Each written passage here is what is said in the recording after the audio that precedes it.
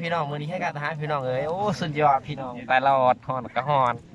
แดดกระแดดพี่น้องก็ซื้อหลายคนพี่น้องเยี่ยมกันทหารนี่ว่าไอแท้อะไรวะพี่น้องเบิ่งดิน้องบักห้านี่ก็เกือบมึงเอาลงไหมโอ้เมืองนี่กูถ่ายคลิปมึงกูเด่นวันนี้มึงเบิ่งดูกูเด่นวันนี้มึงเบิ่งดูนี่เป็นเรื่องเราไอ้หนูเขาแข่งกันทหารโอ้ออกคลิปอาก้อย ก้อยไปเหี่ยวกันเด้บาย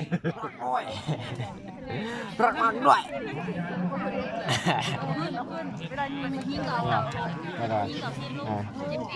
เวลาจะคุกเขา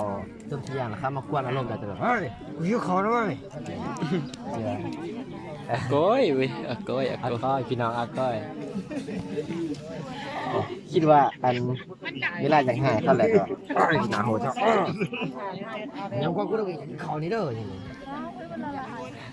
บ่เคยหายบ่เคยเห็นหนาโหดจะเขาบอกเดี๋ยวในโลกเห็นเหมือนกัน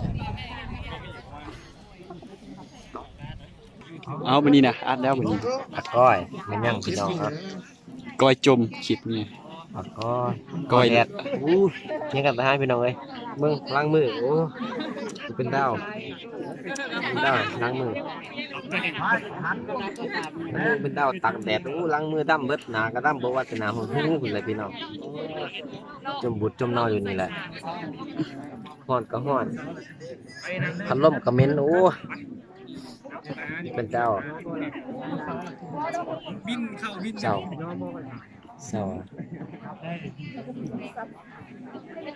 มันหยะอยู่พี่น้องเลย